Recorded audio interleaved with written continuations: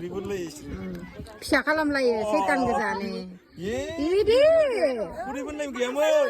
ओइ माबा सिरिनाया मालाय नायगासिनो नै इदि साफ्रिनो रोङाना इसोरो दे मोजां सोनानै खुन्दुंखौ दिहुनथार खुन्दुंखौ दिहुनथार गुंग्राय सुरुखौलायबाय नै सासे गैया जोंनाव दे लक्ष्मी दे हाबगोन दे बेबो उल्टा सोदो नामासै तानियालाय ना टेन्थावदो उल्था नङा उल्था बायदि नुदोंमोन आं दे लक्ष्मी दे हाबसिगोन लक्ष्मीया फास मोनगोन दे लक्ष्मीना हाबां जादों फिसा बानायबाव लक्ष्मी फिसा बानायबाव ओइनो मालाय क्लास 1 नियासो माबासो मोनबाय नार्सारि बिनियासो मोनबाय तानिया सेकेन्ड